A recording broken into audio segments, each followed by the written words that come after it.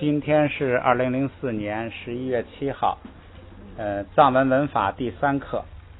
先把第2课的单词读一遍，打开第4页，名词的性，对吧？好。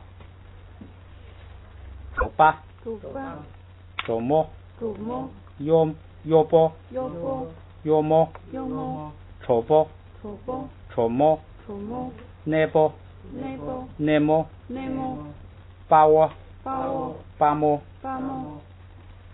翻过来5页，左么，恰坡，恰么，坡加，抹加，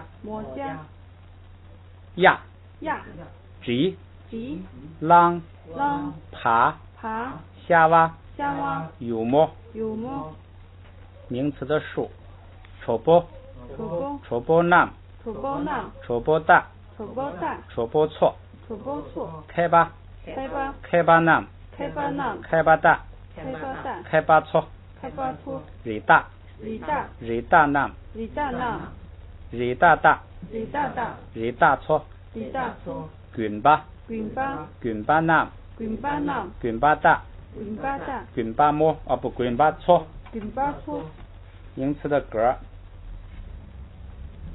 给包群，翻过来第2句，给包了恰菜，给别嘎在，给包了塞区，给包了恰嘎托，给包了恰嘎托，给别嘎，给包了塞毛西月，给包了塞毛西月，你可以读轻声，你如果想强调这个字，也可以读个重声。最后一个，给包亲包，这是简单的介绍这个8转声，就是8个格。下边呢，他会这个详细的介绍。在详细的介绍这8个格之前呢，他添了一个，就是说藏文的格有一些特殊的地方，特殊的特点。这就是第7节藏文格的特点，咱们来过一下。说藏文的格呢，这个是传统文法家根据梵文文法理论结合藏文提出来的，它和其他语言的格很不一样。这个什么不一样呢？就是说，第一，藏文格的区别主要是语法意义的区别，而不是形式的区别。就是说，藏文的格呀，它是那个说的话意义上的区别，就是这个话说的这个意思上的区别，它不是特别语法上的那个，就是好像这个特别严格的那种语法的格呀，跟那个好多那个像很多那个语言呐格很严格，不是那种意义。你看它不同的格可以用相同的形式，比如说这个叶格、位格、余格呢，都是加一个拉，并不能单根据形式判断出格来。就是说，它这个语法意义主要是指它影响这个句子的这个讲的意思，讲的意思上。再一个呢，就是说这个第2个特点呢，它这一共2个特点。第2个特点就是藏文的格呢，不但是这个词的语法范畴，就是说它不是说有的这个语言一般变格呢，都是这个词尾变一个格，它只管这个词。藏文不是这样，它有时候这个词尾变了，这个就是加了一个格吧，它管前头一个句子。它这格有这么2个特点。一个就是说，它不是严格的那个格的意思，它是一种语法意义，就是说影响这个句子的那个意思的这个从意思的内容上分类，分格。但是你表面上形式呢，一看呢可能一样，这是一个。第二个就是说，它不但是词的格，它有时候是一个句子的格。你看后边说，而是句子成分的语法范畴。当词组成句子结构充当句子成分的时候，它这个语法的标志呢，格的语法标志是加在整个句子成分上的，形式上仅落在最后一个音节上。注意它有这么一个特点。总的来说，藏文的格呢，就是说藏文的格呀，它是一个帮助你理解句子意思的一个很灵活的工具。不要这个掌握的太死，不要认为它这个就是说在这个词上就是这个意思，它不是那样，它这个影响整个句子的意思。下边咱们看他举个例子啊。第一个是给报提嘎，给报提嘎，给报提，给报提嘎。哦，提我这个读的也算二声吧，提嘎，给报提嘎，给报提嘎。给报是国王，提是那个他，加上一个阿 K 古仪是的，嘎是这个话，但是这是话的敬语，所以这个国王的话呢要用嘎，就是这是话的敬语。他这个举这个例子说明什么问题呢？这个句子的理解呀，不能理解成说国王这是一个意思，然后说他的命令，把这两个分开。这个拿阿 K 古仪是属格，就是的意思是吧？这个的不光管这个提是他的，而且他管前头一个句子，就是连国王都算上。就是说国王跟这个提这两个词啊，这叫同位语，相同位置，在同位语，它俩的这个位置语法意义是相同的，叫同位语。就是说国王就是提，提就是给包，位置的位，同位语，就是说他们俩都是主语，或者都是形容词的那个主语，他俩的这个作用相同，位置相同，他俩的作用相同，他俩是并列的，同位语的意思是并列的。也就是说国王就是提，提就是国王，所以这两个呀是指的一个人，把他俩呢意思连起来就是那个国王。这样就是说他这个阿 K 古仪呢，不光是加在提上，是加在整个词组上的，就这么藏文有这么一个特点。这样的话呢，你这两个是同位语，就是说那个国王的命令，是这个意思。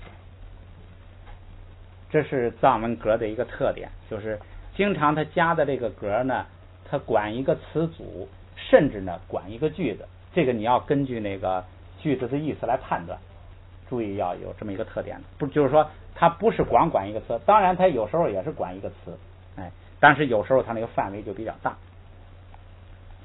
咱们再看啊，咱们读一下啊，给报提嘎，给报提嘎，给报提嘎，给报提嘎。第二个句子是给报桑别嘎，给报桑别嘎，是二声啊，给报桑别嘎，给报桑别嘎。这个给报还是国王，桑报是这个好的，好的，优良的，优秀的话。你看这个呢，咱们知道同位语的概念之后呢，咱们就知道了这个阿 K 古仪呢，这个属格呢，它是加在这个词组身上的。这个词组的意思是什么呢？一个是国王，一个是好的，就是说这个国王跟好的呢，这个好的是形容国王的。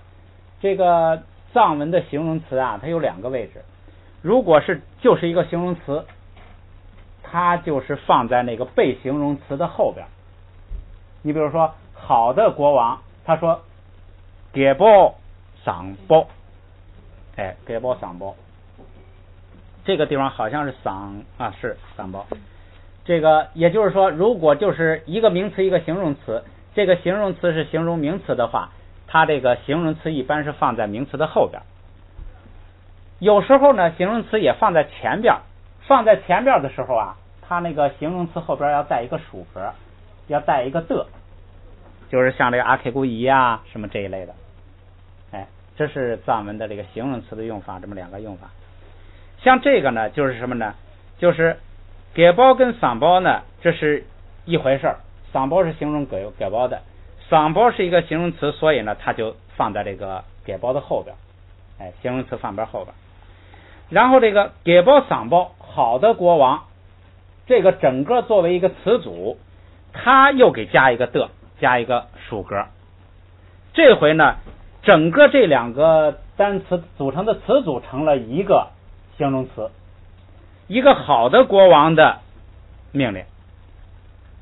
所以呢，形容词等于这个形容这个嘎的这个形容词呢，放在了这个词的前边，是吧？形容词跑前边去了，所以这个形容词要加一个的，就是形容词放在被形容词的这个前边的时候呢，它要加一个的。一般呢不加的呢，是放在那个形容词放在后边，就这意思。这一个句子里头两种情况都出现了。第一个词组形容词是放在后边，好的国王，他是国王好的，国王先说，然后这个国王是好的，是优秀的，这样呢，这是一个词组。然后拿这个词组全部又当一个形容词放在前边，形容那个话，一个好国王的命令，清楚了吧？这是形容词的两种位置。然后咱们读一下，它这个在这语法意义上就是说，你不要理解成国王是一回事，说好的命令，不要理解成这样。这个形容词是形容名词的，这两个呢是这个一个词组，不能把它拆开，就这意思。给包桑别嘎，给包桑别嘎，给包桑别嘎，给包桑别嘎。这个你们就尽量那个，有时候你搞不清跟读不跟读，你就跟读，尽量那个这个机会啊，因为你跟读一下根本耽误不了什么时间，但是呢有这个机会你多读一遍，就是养成这个习惯啊。这是好国王的命令。下一个啊是给包你给嘎，给包你给嘎，给包你给嘎，给包你给嘎。现在我们大家就比较有经验了。第一，说给包是国王，你是两个二，这是一个词组，就是说两个国王。这个数词一般也是跟在名词后边，但是也有放在前边的。现在呢就是两个国王，这是一个词组，这个词组呢当形容词，所以呢它放在这个嘎的前头，它要加个的，所以放了一个给。这个放的究竟放什么呢？由这个最后一个字母来决定后边跟什么形式。我说了，这个咱们大家就可以不记，这个就是反正你知道这些都是的就完了。这个呢，这就是两个国王的命令，你不能理解成是国王两个命令，不能理解成这样。你不能把这个数词跟名词，就是它是一个词组，不能把它分开，它是整个词组做这个属格，这个格这个的呀，管前头一个词组，这是藏文的一个特点，就是你根据语法意义啊，注意格不光管有时候不光管一个词儿，也有时候管一个词儿，有时候是管一个词组，有时候管整个句子。这是两个国王的命令，这样读就对了。下边再读一下。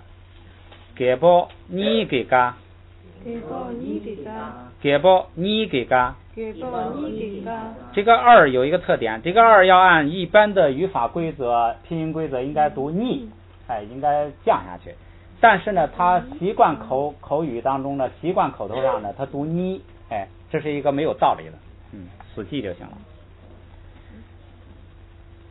下边一句话是给包你给包你给在位嘎，给包你给在位嘎。注意那个在啊多了一个点儿，在那个单词中间多了一个点儿，把那个点儿去掉。那个拉是跟着前头的，这个不断开的，这是一个单词，那不是一个后边单独一个拉。给包你给在位嘎，给包你给在位嘎，给包你给在位嘎，给包你给在位嘎。给包是国王，你你是什么呢？你是本身只，就是那个只要的只，只要的只，有时候也有仅的仅仅，只仅仅。再一个意思就是本身自己，自己，哎。第三个意思就是您，就是那个比较尊称对方的时候您，哎，那个意思用的比较少，主要是前两个意思。前两个意思呢，在这个地方用第二个意思，就是本身，就是强调啊，就是国王说国王亲自，就这个意思，不是经过人那个转达的，国王自己，哎，强调这个自己本身。不用它第一个意义，第一个意义是仅仅指那个意义不在这用，哎，现在是说国王自己给，这个给是什么呢？是句格，就是的加上一个撒变成句格，就是那工具的句。句格我们说过，句格是什么意思呢？句格是简单说啊，它是这个工具，就用它来做什么？它有一个功能就是做什么呢？做这个主语，就是如果动词是及物动词，就是这个动作它要涉及到一个客观对象的话，这个主语就要带句格。哎，这样的话呢，是谁做什么涉及到谁，主语宾语就分得很清楚。及物动词的主语就带句格，哎，不及物动词，因为它不涉及对象。就是说这个人怎么样就完了，没有宾语，那他就不用带那个句格，哎，不及物动词不带，及物动词要带句格。现在呢是要及物，及什么物呢？因为这个动词是在，在的意思是什么呢？在的意思是赐予，这是一个就是一般的国王啊，就是大人物啊，赐予小人物一个什么东西。赐予给，要是用这个平常的话说就是给，但是这儿呢好像就是带有尊这个敬语的意思，哎，就是这是大人物给的，就叫在，哎，不是一般的给，赐予的意思。然后在后边加个瓦，咱们说就叫什么呢？叫名词化，就是本来它这是一个动词，你加一个瓦呢，它就名词化，就变成了一个名词。这个名词呢，再给它加一个的，哎，它就变成了一个形容词，哎，然后呢，说这个在位就变成了说给的，哎，给的，这是动词，这个动词就变成了形容词，给的什么呢？嘎话，就成国王给的话呢，就成命令了。说由国王自己。那个你给就是强调的是国王自己亲自下的命令，在外亲自给了一个话，哎，这个用这个文学语言一写呢，就是下的命令，哎，这是整个句子的意思。你看啊，动词是及物动词的时候，主语要带句格，哎，这个后边因为它涉及到一个客观对象，这样的话呢。这个就是国王下了一个命令，然后这个国王下的命令呢，强调啊是国王亲自下的命令，不是这个转达的，所以呢加一个你，就是国王自己本身亲自下的命令，意思就明白了。你们意思上啊，什么理解上有不明白的地方呢，你随时就问啊，咱们再来读一下。给不你给在位嘎。给报你给在位嘎，哎，国王亲自下的命令。这几个例句都说明什么情况呢？你看这个就说明啊，这个阿 K 故意啊，它就不是加在一个词组上了，前头那个都是加在一个词组上，现在这个阿 K 故意说什么什么的命令，这个的字管什么呀？管前边整个句子。连主语带谓语，等于管国王亲自下这么一个句子，整个这个句子成了一个形容词，哎，整个这个句子成了一个也就是说这个阿 K 故意管了多少啊？管了前边整个一个句子，所以这是藏文的一个特点，要注意。要是按照咱们那个一般的那个语言的变格，你经常就会读错，你就跟前头那个似的，一读说国王2个命令，国王2的命令，你就理解错了，所以注意这是藏文的特点。这个，这是特点方面，他举了2个例子。下边一个，第3个特点，由于除谓语外，其他句子成分都可以有格的变化，就是说，这个动词，这个谓语啊没有格的变化，其他句子成分都可以有格的变化，这也是藏文一个特点。所以呢，除了代词也有和名词相同的格的变化外，还有形容词、动词动词也有格，就是做谓语的时候没格，不做谓语的时候这个动词也有格。它这个语法意义就比较广泛了，咱们看他举的例子啊。Mandu song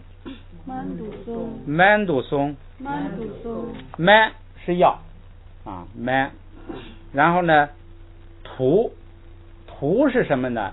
图跟那个拉的那个作用一样，就是对谁，向着谁，对着谁，向着谁，趋向谁，指方向。松是走，松是走的过去时，松是走的过去时代表什么呀？代表这个动作完成了。要是直译，这个就是什么呀？走成了要，走向了要。那个图不是我说就是那个拉嘛，就是跟拉的意思一样的，拉就是对着谁，向着谁，指示方向。走向了要，走成了要，走成了要就是变成了要，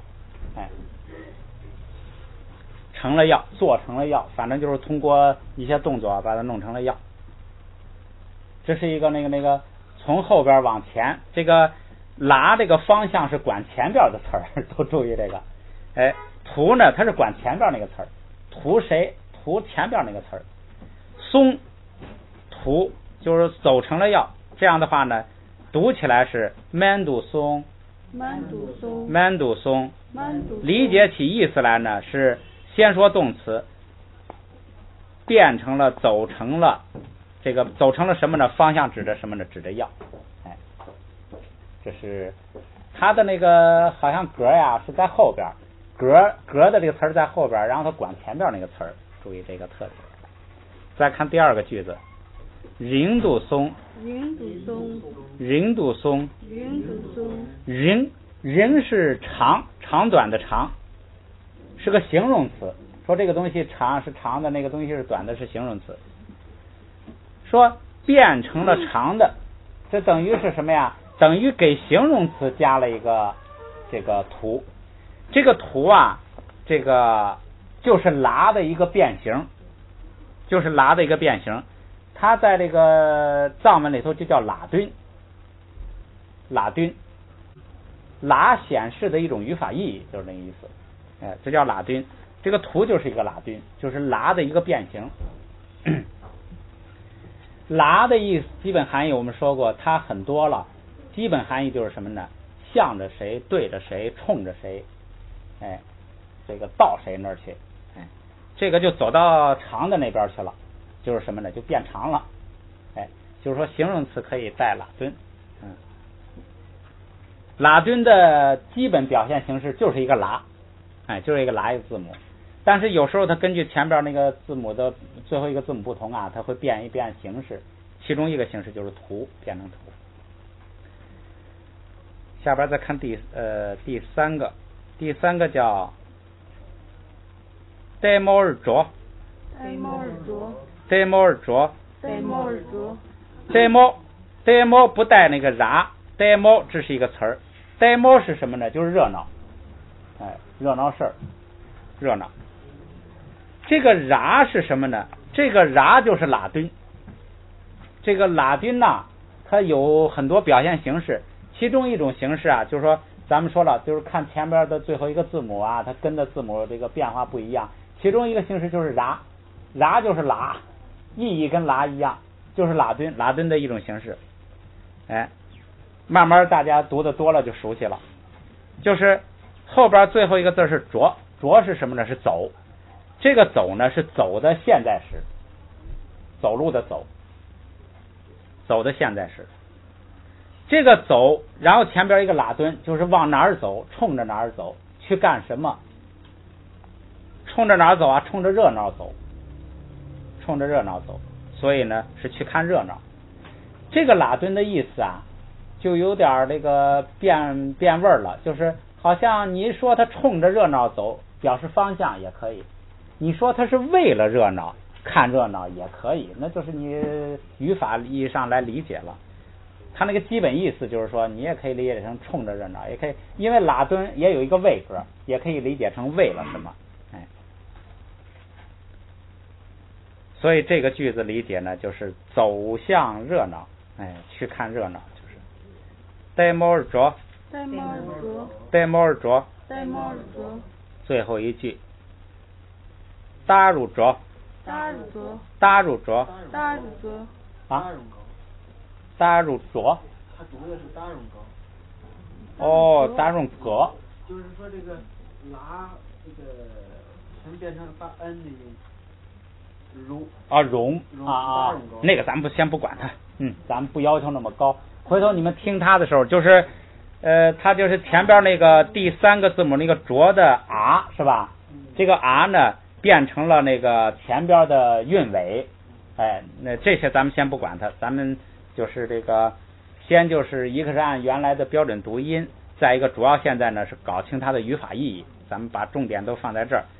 那些小这个边角的问题呢，你顾得上再说啊。现在先说这个 demo 啊是一个名词，就上边这个热闹 demo 是个名词，说走向一个名词，为了一个名词，这是比较正常的。这个搭是看的意思，看是个动词，是个动作。这个动作呀也可以做什么呢？做这个也可以带这个拉敦，也可以带这个格，它意思就是说明动词也可以做格，形容词也可以做格，就是除了谓语都可以做格。就是说这个藏文的这个格呀很普遍，你就不要管它这个说什么能做格，什么不能做格，反正它加了个格，你就按格的意义来理解它就行了。搭是看的现在时，这个是经常用的词儿，像咱们这个做指观呐都得看啊。如图是拉敦，拉是拉敦，这如还是拉敦，还是那个拉的意思，拉的一个变形，就是拉也加一个写不就，变成如也是拉敦，不加写不就也是拉敦。这个什么意思呢？就是走向看，冲着看去，为了看，他这就是说成了为格了，拉也表示为格，就为了看过去，那就是去看。搭入着，搭入着，搭入着，搭入着。这个像这个拉敦呐，这都是虚词，不是实词，就是没有什么实际意义的，不是指一个实际事物的，是语法意义的虚词。虚词都读轻声，所以读搭入着。下边后边那个句子跟它意义完全一样，只是这个如它可以单独做一个词，就是用小点把它割开。要是然呢，就可以不单独做一个词，跟在前面那个词后边。所以你要区分，有时候单独一个然呀，有时候呢就是那个单词后边就有一个然，有那样的词。但是呢，有的呢，它不是那个单词组成部分，它是加了一个拉敦，加写不住的呢，就那个单独就带一个小点，这个不加的呢，可以跟在单词后边，成了搭入着，搭入着，搭入着，搭入着。这个日呢，可以读出来，也可以不读出来，随你的习惯，随你的高兴，搭入着什么意思呢？搭还是看这个然。还是代表方向，冲着谁走向看，跟前边语法意义一样。不一样的就是什么呢？前边多一个音节，后边少一个音节。后边拉敦是直接加在单词上，前边拉敦呢是单独作为一个词，画一个小点隔开。这个有时候在这个写诗的时候用得上，它需要多一个音节，它就断开；它是不需要多一个音节，它就那个跟在后边。下边咱们把这一课的这几句呢都读一下。大家可能听录音比较多了，这些句子比较简单，你们就多听录音，读一遍就完啊。给波提嘎，给波提嘎，给波上边嘎，给波上边嘎，给波你给嘎，给波你给嘎，给波你给在位嘎，给波你给在位嘎，满都松，人都松，戴帽儿着。啊，我那个人读的不准哈，我这个音读的是不准。人都松，哎，日音，人都松。戴帽儿着，戴帽儿着，大入着，大入着。行了，这个藏文格特点到这儿。刚才你说那个拉蹲，那个蹲怎么写？蹲一个撒不大，就是撒上加字，然后大，这个大是下加字。大是下加字。后加字是拿，撒是上加字，大是下加字，后加字是拿，原因是哪弱？蹲，拉蹲。蹲的意思是显示说话，显示说话，就是说拉蹲，回头找碰到这个字了再让大家看一下。好，下边就有，你看啊，下边第一格主格，下边开始8个格一个一个介绍了。第一格主格，下边那个有一个本体词，主格成原形，又叫做原形格、本体格。原形格就是说原形不变，它这个主格呀不加任何东西，叫原形格，就是字原来字什么样，它就是一个主格，或叫本体格。注意这个藏文，注意看啊，是我咱敦北明啊，分开念啊，这别我咱敦北明，我咱敦北明，敦北明。哎，解释一下这个藏文意思。我是我自己是吧？是我。哎，咱是仅仅指，咱不是说 same 咱就是唯心，只有心。哎 ，same 是心 ，same 咱就是只有心。这个我咱们就说只有自己，就是你自己，仅仅是你自己，不用加别的东西。你那个词儿原来自己是什么就是什么，这就是主格，主格不用加东西就是。我咱们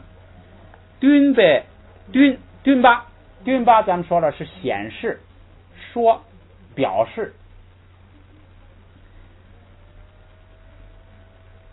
仅仅用自己表示的一个名。哎，敦巴表示加了一个阿 K 故意变成形容词，后边名就是名称的名，名字的名。哎，仅仅用自己来表示的一个名，就是说就用它本身，什么也不加，表示就是这么一个名词，这么一个名称，就可以做主格。敦就是这意思，拉敦就是用拉来表示，用拉来表示一种语法意义。拉可以表示什么意思啊？拉表示的意思太多了，什么冲着谁、方向、位格、业格，什么还有一个什么格，余格，在什么地方也用拉，而且那个变体很多。下边咱们就来讲这个8转声的第一转声，第一个格主格。主格你从它这个名称就看出来啊，它是不需要变化，就叫原形格，以原形出现，不带任何标志。主格名词表陈述或动作的直接对象，在句中可做主语、宾语。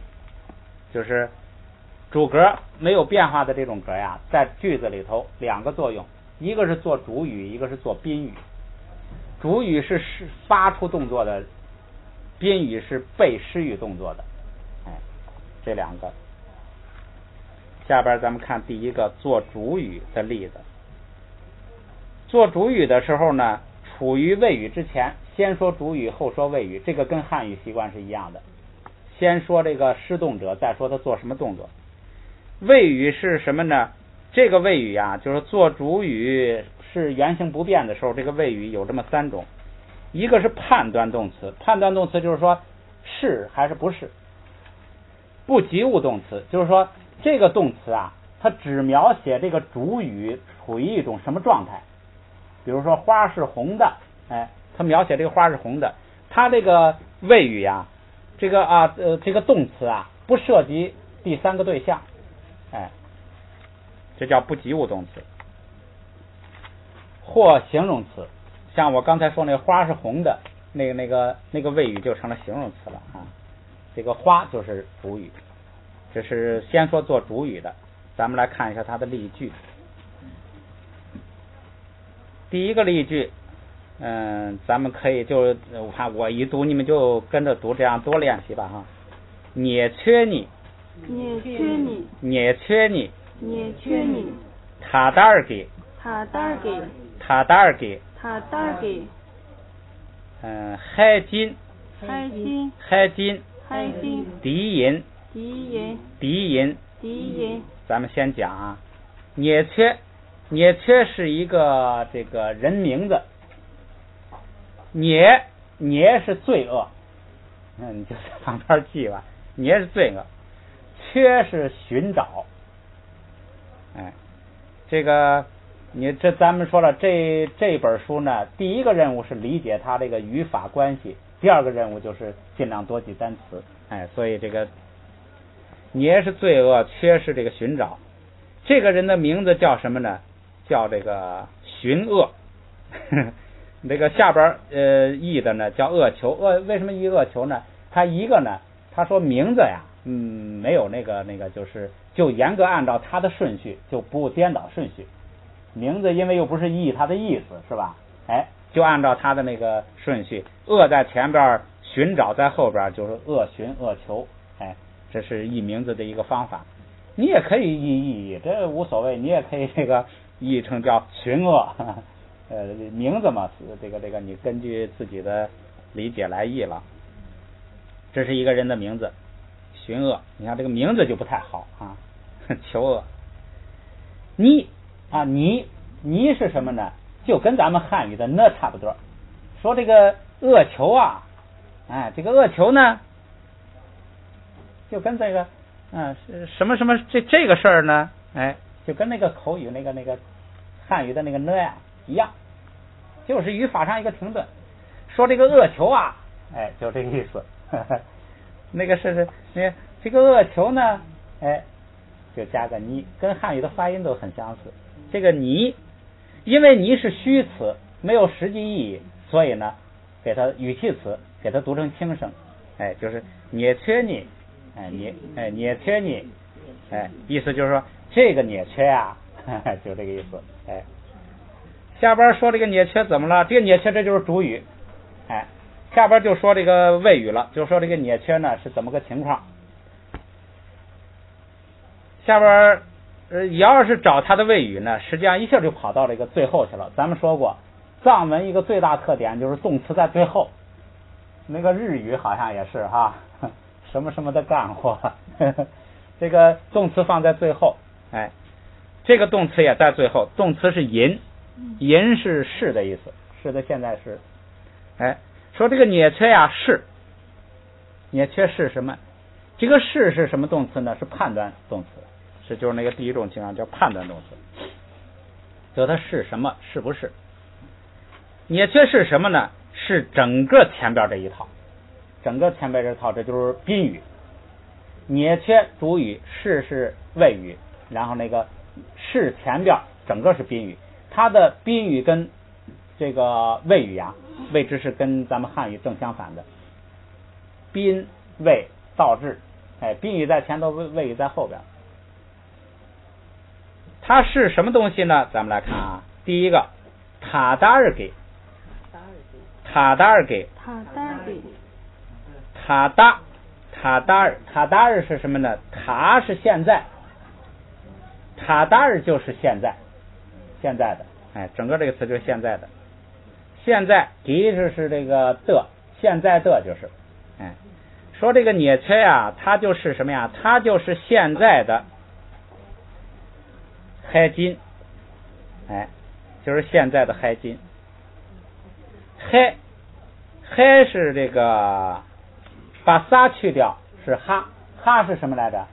哈是神，哈是神，天人神，加一个撒就变成了句格，就是由这个神做一个什么动作呢？勤是什么呢？勤是给，布施，施予，给予，你就记个给就行了。这个词儿呢，这又是一个词组，就是由神给，这是一个句子。这个句子是个什么呢？又是一个人名，又是一个人名，由神给，这是一个人名。下边把这个人名译成一个什么呢？叫天授，神天，由神给的，由天给的啊。起名呢要找个好听点的词儿，天给不好听，天授，什么意思呢？有可能啊，这个人呐，是他爹他娘啊，求神，可能没孩子，求神给我一个小孩吧，给我一个小子吧，真给了一个，所以就起名叫天授，这个是经常有的事儿。看现在这个句子意思就明白了，什么意思呢？说这个涅切啊，它就是什么呢？就是现在的这个天授啊。还有一个字没解释，敌是什么呀？这个 K 是那个，敌就是这个。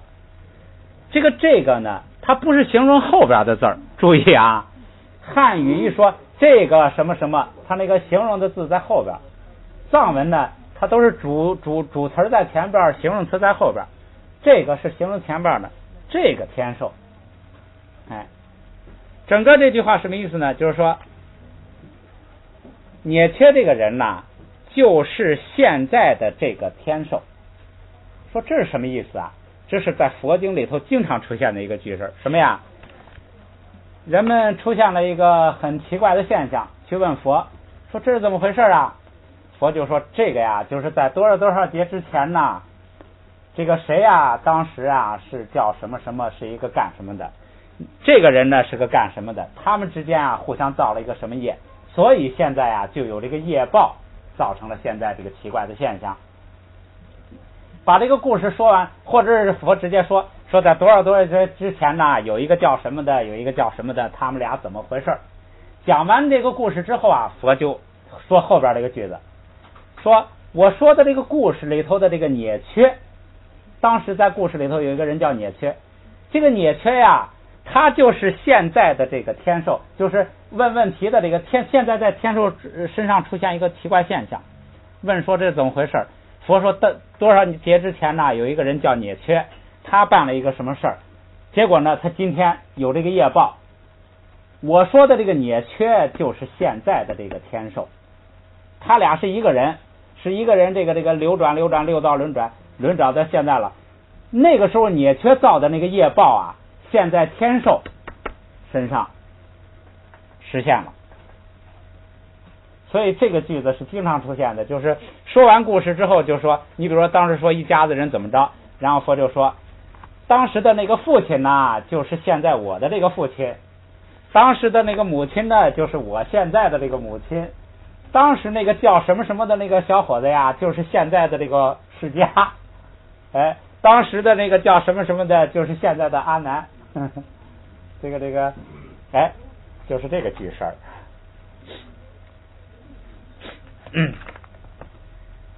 这个是谁呀？就是那个提婆达多。这个呀，一般呢，这个里头这个角色啊，一般就是提婆达多，就是恶求啊，净干坏事儿啊，一辈子他老跟着佛，他是佛的这个提婆达多嘛，是佛的这个就是给佛这个提供障碍的这个大菩萨，他就老给佛修行当中提供障碍，让佛这帮助佛修行。所以这个涅切啊，就是现在天授，现在这个天授就是提婆达多。这个因为佛说这个现在天寿，你还不知道他说的是什么时候的故事了。哎，这是一个句式。再往后看，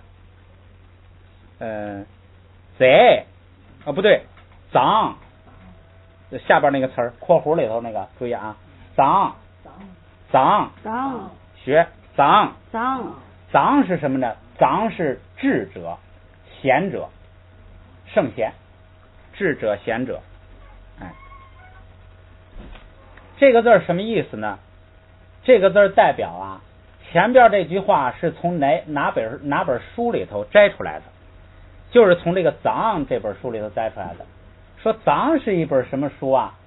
藏不是书名，他为了这个省事儿啊，他从一个书名里头选出来了一个字儿，因为他的这些例句啊，基本上是主要从几本书里头选出来的。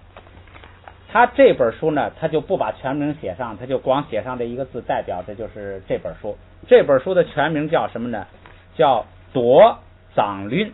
我给把这个咱们举例子呢，先把第一个名写出来。夺就是马沃塔那若夺，就是前加字是马，基字是塔上边有一个那若，哎，马沃塔那若夺，前加字是马，基字是塔，再加这个元音是那若，组成一个夺。夺是什么意思啊？就是经。它的本意呢是河流的岔道口、路的岔路口、交通枢纽最重要的东西、最重要的地方，用这个东西转译成经。就是像咱们中国说经是什么呀？是那个纺织布的时候那个经线，然后往经线上用梭子再加纬线，这就成布了。这个经重要，是吧？你没有经你织不成布，它是为主，所以咱们用经代表最重要的东西。哎，他们用这个岔路口、河流的岔口当这个交通枢纽来当经，夺是这个意思。夺是经，夺后边搭一个小点儿，这藏文字每一个字跟每一个字间都打一个小点儿，哎，这个小点就凭着这个上边这个横的位置打一个小点儿。第二个字就是这个藏，第二个字就是这个藏。第三个字是律是这样写，第二个字我不写了啊。第三个字是爬做上加字，爬下边呢写一个拉是下加字，拉，然后呢这个再加一个那个元音是写不就，后加字是拿，哎。爬拉不大，爬下边加一个下加字拉，写不就，爬拉不大，拉写不就，律拿律，哎，就是爬加一个下加字拉，再加一个写不就元音，加一个后加字拿，哎，这个拉一加上加字变成平声，噜加拿加一个 n， 律，哎，律什么意思呢？傻子。愚者，傻瓜，哎，对了，咸鱼经，这句话是从咸鱼经里头选出来的。咸鱼经是个什么经呢？咸鱼经啊，本来它不是经，是在咱们中国呀，佛教初期啊，这个法师们呐，经少啊，有5个法师还是6个法师啊，5还是4个呀，我记不清了，就算5个法师吧。他们商量啊，也是到西天取经去。他们走的西天走到哪儿了？就走到现在新疆那个地方了。新疆那个地方当时是佛教的圣地啊，那个到处都是讲法的。他们这5个人到这之后啊，就到处听法，就哪有法会就讲法的，他们就听法就记录下来。听了很多法之后啊，回来之后，他们把他们5个人的记录凑在一块儿，就编了一本《咸鱼经》，就是把他们听到的这个佛教故事啊，都编在一块儿。什么叫《咸鱼经》呢？就是这个故事里头啊，有聪明人，有傻子。佛教讲什么聪明人啊？学佛法人聪明。什么叫傻子啊？你不修行就是傻子，哎，叫《咸鱼经》。所以这是中国人编的一个经，就是都是听来的佛教故事。藏文呐，藏文是从中文译过去的，藏文是从中文译过去的，所以这个经只有中国有，印度没有。哎，这是一个从中文译过去的藏文经，咸鱼经。这个经这个选的句子很多，为什么呢？它这个都是故事，故事都是一些日常用语。咱们说了，你抽象的理论呐，也都是从日常用语里头那个转译转出来的抽象概念。所以呢，学这个藏文呢，要从这个日常用语开始。所以咸鱼经里头选了一句。下边咱们来读一读试试啊。先读读这个经名吧。夺藏律，夺藏律，夺藏律，夺藏律。哎，把它分成两个单词，夺算一个单词经，然后呢，藏律咸鱼都当一个词来读。下边读一下这个句子试一下啊。我先读到这个，咱们先分两半来读啊。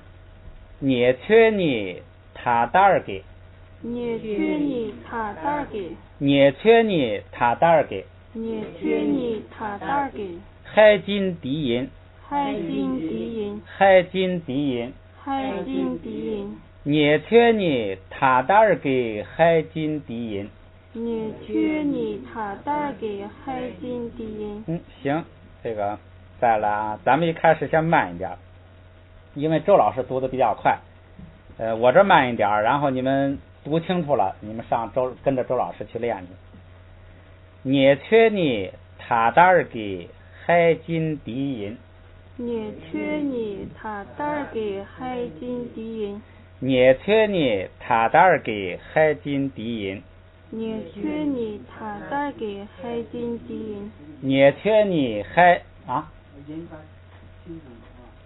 也可以那个重，为什么呢？有时候你为了强调这个捏缺呀，它就是那个谁，你这个随你那个就是说话的人的那个理解，你可以你也可以读成轻声，都可以的。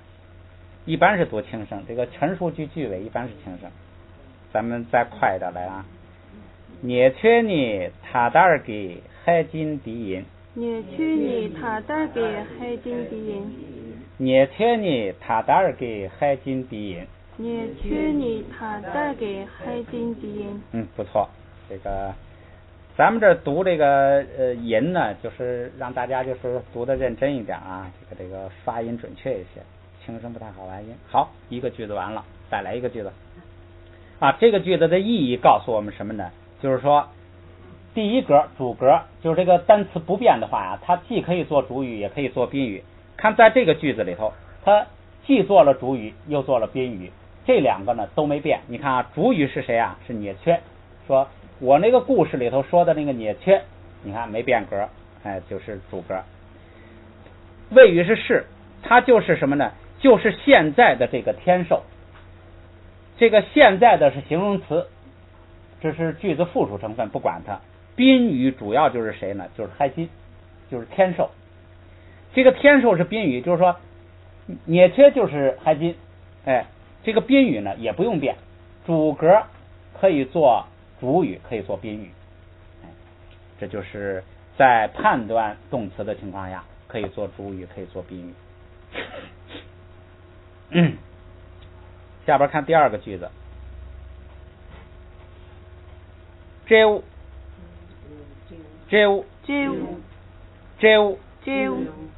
是什么呢？是这个猴子，跟它下边那个你也不用记了，跟那个头一个字就是猴子。这个咱们记得有这么一个规律，原因是后边是写不住的，是指小，是吧？小猴子，这个拿，第二个词拿是树林，森林，拿是这个林子，你就记个林子就行了。这个 sebdu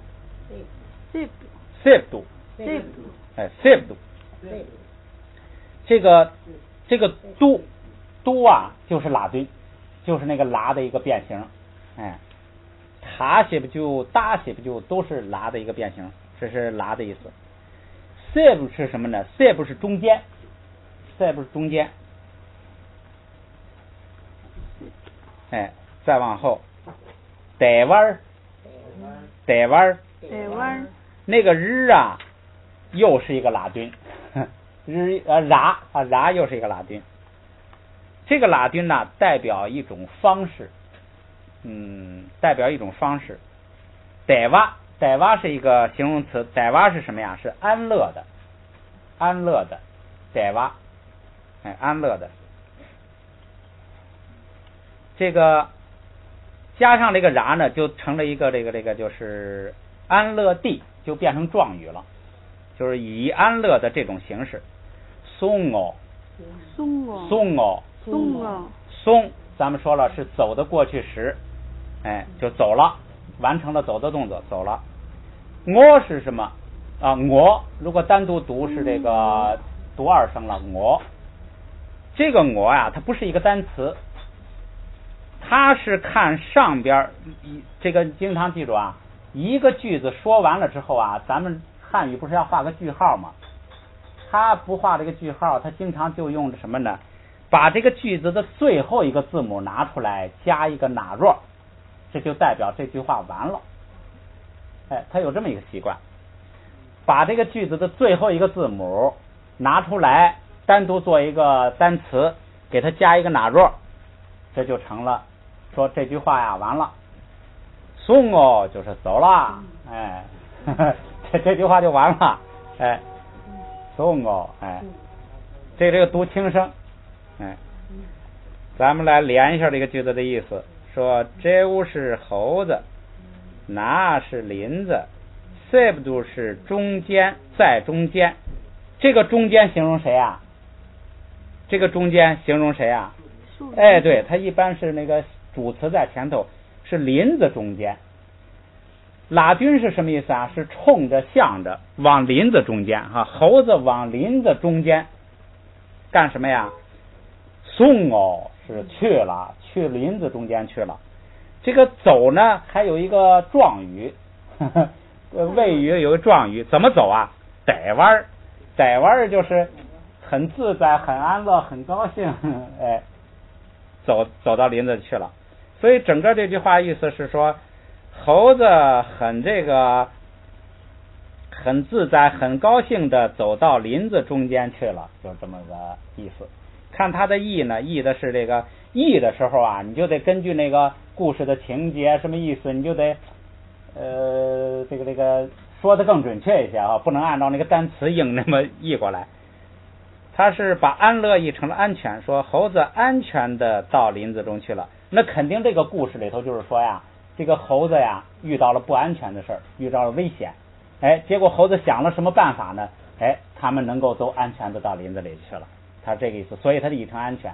如果不是这个情节呢，那可能就是译成就是猴子们哎非常高兴的到林子里去了，或者猴子们安详安乐的，反正你就根据他那故事情节来理解他的意思。这个呢从语法意义上讲，就讲个什么呢？就讲一个 J 是猴子，它呢做主语，它不变格，主语可以不变格，就讲这么一个。这个句子呢，咱们也来啊，还有后边的一个括弧，括弧是第一个单词读 ge， 是生老病死的生，下边一个是 j 是这个，哎呀，这是，我这个备课不认真了啊，没注意看后边这个，回头我再查一把。不是这个解释就是联系，忘了这俩词是哪个了。这也是一个书名，从一个书名里头摘出来的一个具有代表性的单词来代表这本书。回头我有功夫了，我可以问问周老师，这都是这个什么书？当时学的时候也没追究这些。下边呢，咱们把这个句子读一读，试一试啊。我先读到这个 seb 读着啊，叫 J 拿别读 J 拿 seb 读 J 拿 seb 读 제우 나셉도 제우 나셉도 대왈숭어 대왈숭어 대왈숭어 대왈숭어 咱们来慢一点连起来啊，整个句子读下来。제우 나셉도 대왈숭어 제우 나셉도 대왈숭어 제우 나셉도 대왈숭어 제우 나셉도 대왈숭어 再来慢的再来一遍啊。제우 나셉도 대왈숭어 제우 나셉도 대왈숭어 제우 나셉도 대왈숭어 제우 나셉도 대왈숭어 제우 나셉도 대왈숭어 제우 나셉도 대왈숭어 제우 나셉도 대왈숭어 제우 나셉도 대왈숭어 제우 나셉도 대왈숭어 제우 나셉도 대왈숭어 可以啊。猴子们安全的都走到林子中间去了啊，这是一句。这是连学语法带学单词啊。今天我看时间可以再学一句是吧？再学一句啊，再学一句结束。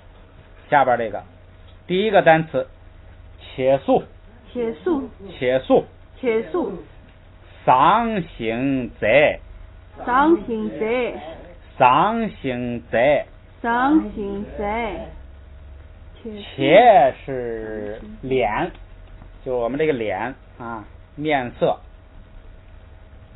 容貌，这个面相啊，脸。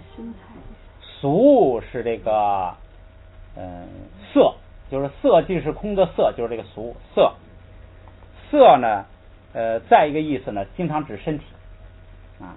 我们一说色，色身很重要了，第一重要的色就是身体，所以是色身体啊，形体。这个脸跟身体合起来呢，就是这个人的这个容貌身材。这下边它译的就是容貌身材，脸儿跟身体啊，容貌身材。赏咱们学过，赏包，赏包就是好，好，优秀，优良，这个反正所有好的这个词儿吧，就是一个好的意思。你可以根据这个句子里头的这个具体表扬的什么，你可以自己来发挥。好，形是一个虚词，就是和，和。贼是美丽漂亮，贼美丽漂亮。整个这句子什么意思呢？就是说这个人的这个脸儿啦，身材啊，又好又漂亮。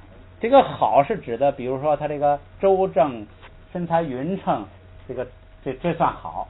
漂亮是指的这个颜色啊，这个脸儿很这个长得像小苹果似的啊，身材什么怎么着体型优美啊，漂亮。就是他译的这个叫容貌身材均俊美，这就是你随便自己去发挥去了啊。本意就是说脸儿跟身材呢又好又美，是这么个意思。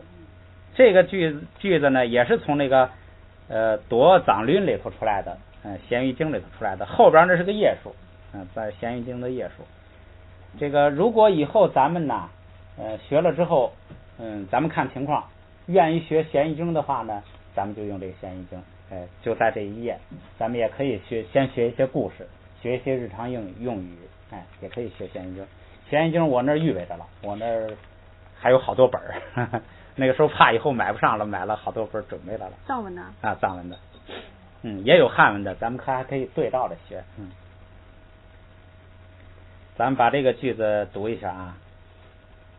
且速桑行贼，且速桑行贼，且速桑行贼，且速桑行贼，且速桑行贼，且速桑行贼。脸儿跟身材都又好又漂亮。且速桑行贼，且速桑行贼。咱们这三个句子再复习试试啊。第一遍咱们先慢点啊。捏缺你他达尔给海金敌人，捏缺你他达尔给海金敌人，捏缺你他达尔给海金敌人，捏缺你他带给海金敌人。捏缺你他带给海金敌人。捏缺你他带给海金敌人。尽量跟上啊，你就读不准没关系，咱们自己人谁也不笑话谁啊。捏缺你他带给海金敌人。捏缺你他带给海金敌人。捏缺你他带给海金敌人。捏缺你他带给海金敌人。这屋那塞不带玩送我。这屋那塞不带玩送我。这屋那塞不带玩送我。这屋那塞不带玩送我。哎，你就大胆的跟啊，发音不要考虑。这屋那塞不带玩送我。这屋那塞不带玩送我。这屋那塞不带玩送我。这屋那塞不带玩送我。挺好，学得挺快。这屋那塞不带玩送我。这屋那塞不带玩送我。切素伤心者。切素伤心者。切素伤心者。切素伤心者。切素伤心者。切素伤心者。好，今天到这儿。